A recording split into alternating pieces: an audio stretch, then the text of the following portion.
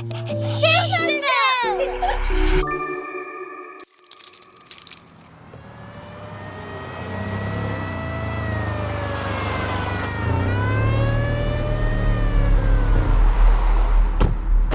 It was after 3 a.m. in Los Angeles, December 11th, 1964.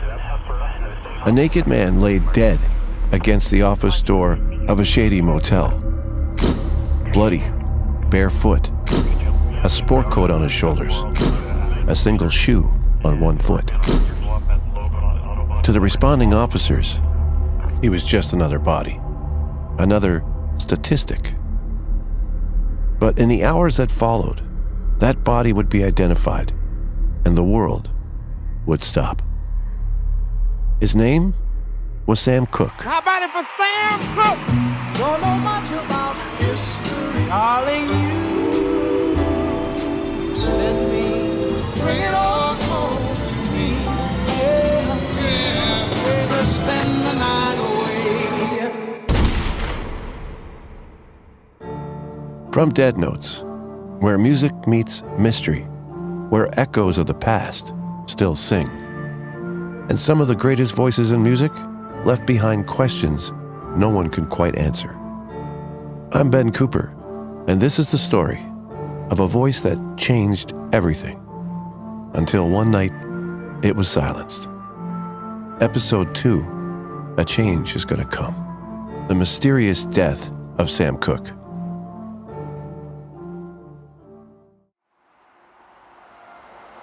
The Hacienda Motel sat off the South Figueroa Street, just another $3 a night stop in South Central LA.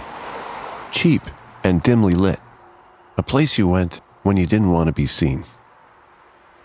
At 3:07 a.m., motel manager Bertha Franklin picked up the phone. She was already on the line with her boss when the pounding started. The shouting, then violence. Franklin later claimed the man, nearly naked, angry, frantic, broke through the door. She said he grabbed her, shouted, "Where's the girl?" And she panicked. She shot him 3 times.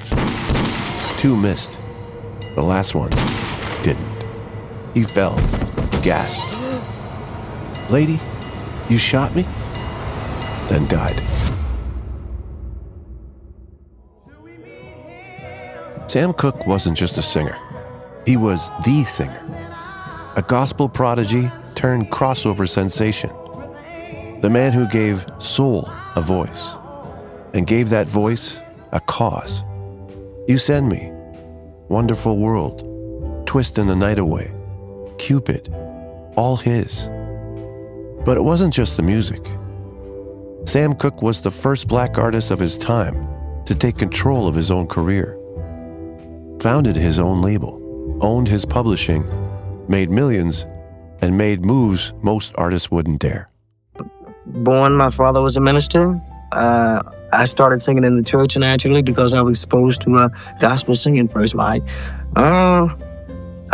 Came out of school, went with a professional gospel group called the Soul Stirrers, sang around the country with them for about 5 years. Decided to go on my own, made a song called You Send Me. It sold about 1.5 million copies for me, luckily enough. He sang of love and longing, but also of injustice. A change is gonna come. A civil rights anthem before the movement even had its soundtrack. Her name was Elisa Boyer. 22. She met Sam at the Hollywood bar earlier that night. He had just wrapped up a show, waved around a roll of cash, maybe $5,000. Cooke was a married man, but everyone knew he's straight. She told police he forced her in a room at the Hacienda Motel, that she thought he'd rape her, that when he went into the bathroom, she grabbed her clothes and his. He pushed me on the bed, and he says, "Well, we're just going to talk." I knew that he was about to rape me, so while he was in the bathroom, I picked up my clothes, my shoes, and my handbag. I opened the latch, and I ran out. He chased after her, furious, disoriented, wearing nothing but a sport coat and one shoe. And that's when he confronted Bertha Franklin That's when she says she feared for her life. Finally, I got up and grabbed a pistol. I started shooting And how many times did you fire this pistol? 3 times. Did you know you struck Mr. Cooke? Yes, because he said, later you shot me. The LAPD called it a justifiable homicide. Case closed. But others, they never bought it. How far was Mr. Cooke away from you when you started shooting? He wasn't too far. And how many times did you fire this pistol? 3 times. Witnesses say they heard no gunshots, no screams. And when the body was found, Cooke had a massive bump on his head, cuts, abrasions, broken hands. And he grabbed both of my arms and started twisting and asked me where was the girl. I started kicking, and he maybe have a bite, I don't know, but I tried to bite him through that jacket. You tried to bite Mr. Cooke. Yeah, I was fighting, scratching, biting, and everything. Singer Etta James saw the body herself. Said his head was nearly severed from his shoulders. Said it looked more like a beating than a shooting. There were 2 other inconsistencies too. The .22 pistol that Bertha Franklin used wasn't registered to her. The bullet disappeared from evidence.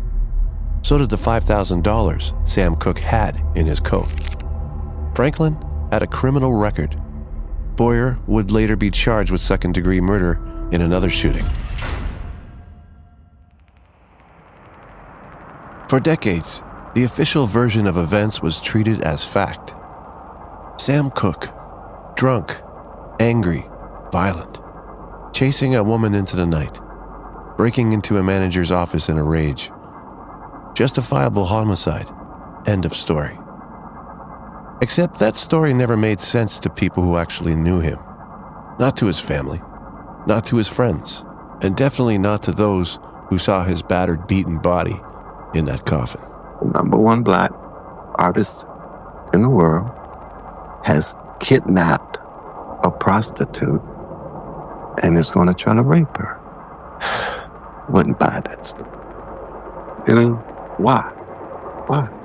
He was not a violent guy. I never saw him get angry. I never saw him want to hit anybody or do anything violent. So it's hard for me to believe that that's the story. That's what happened. I don't know. It could have been the police. It could have been the mob. It could have been, could have been the last wife. Everybody needs to be a suspect. I don't know if we'll ever get to the bottom of it and find out what really, really happened. The idea that this gentle, articulate, fiercely intelligent man, a businessman, a father, a visionary, would explode in a blind rage that ended in death. It didn't fit. And when things don't fit, people start asking questions. One theory, the most common, goes like this: that Elisa Boyer was not just some chance encounter, but a setup, a sex worker, a lure, a player in a plan to rob Sam Cooke, maybe more. Bertha Franklin, not just a motel manager, but also held a criminal record. Together, they led him to the Hacienda, waited for the right moment, then stole everything: his money, his ID, his dignity. What happened next was either a robbery gone wrong or exactly the outcome someone wanted. Because no one ever found the money. No one ever found Cooke's clothing. And when the dust settled, there were no charges, no real investigation, and no one else to blame.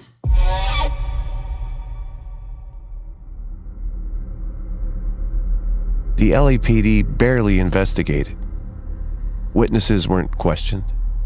Franklin walked free, and the press quickly painted Cooke as just another black man in the wrong place at the wrong time.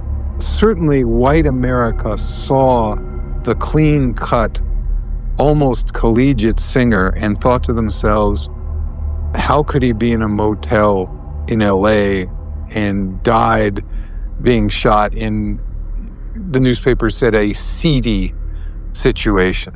This was really troubling to the black community. Did he really make a silly mistake, wrong place, or wrong time in a seedy motel? Was he set up? I don't know. There were more things about the way Sam died that didn't make sense than what did make sense. Walter Ward, who was the lead singer of the Olympics, he said, yeah, Joel, he said he was murdered. He was not, nothing happened that night, you know. The way they say it happened with the motel, he said that was all made up. What really happened, nobody knows except the woman that killed him and the girl that took his pants and was hiding in an alleyway.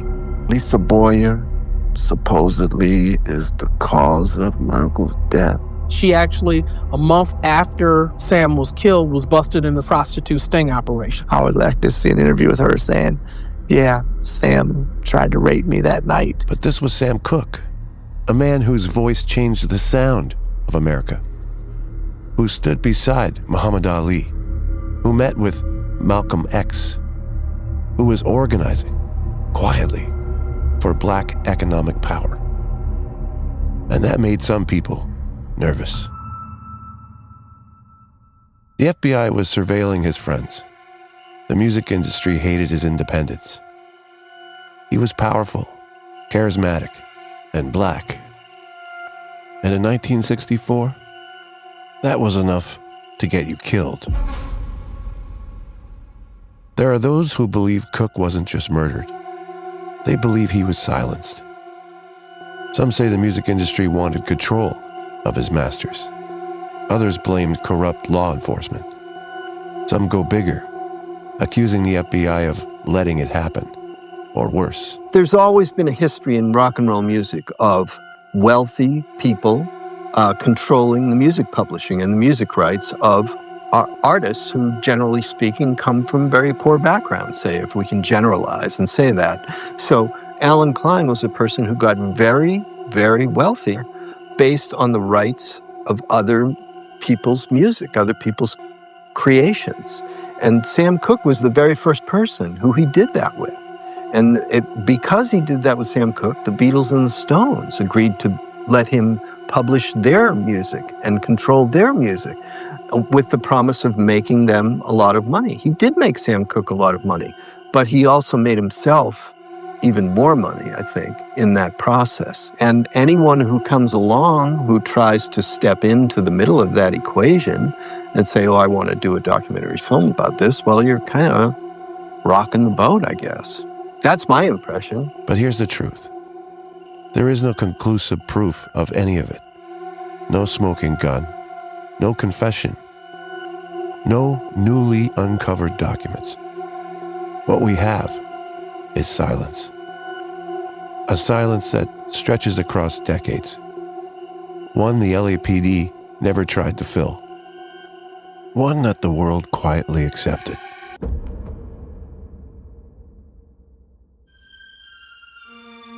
Just weeks after his death, Sam Cooke's most important song was released. A Change Is Gonna Come. It didn't chart like his pop hits because it became something else. A prayer, a promise, a battle cry. Through the civil rights movement, through riots and rallies, through heartbreak and hope, that voice carried on. And it still does. Sam Cooke never saw the change he dreamed about, but his voice helped bring it closer. There are no easy answers in Sam Cooke's story, but maybe that's the point. Sometimes silence tells you more than the evidence. And sometimes, the greatest crime of all is how quickly we choose to forget. I'm Ben Cooper, and this is Dead Notes. For deeper dives and exclusive behind-the-scenes content, follow Dead Notes on Substack. If this story stuck with you, please consider sharing, subscribing, or supporting the show wherever you listen to your podcasts. Your support means the world. Thanks for tuning in.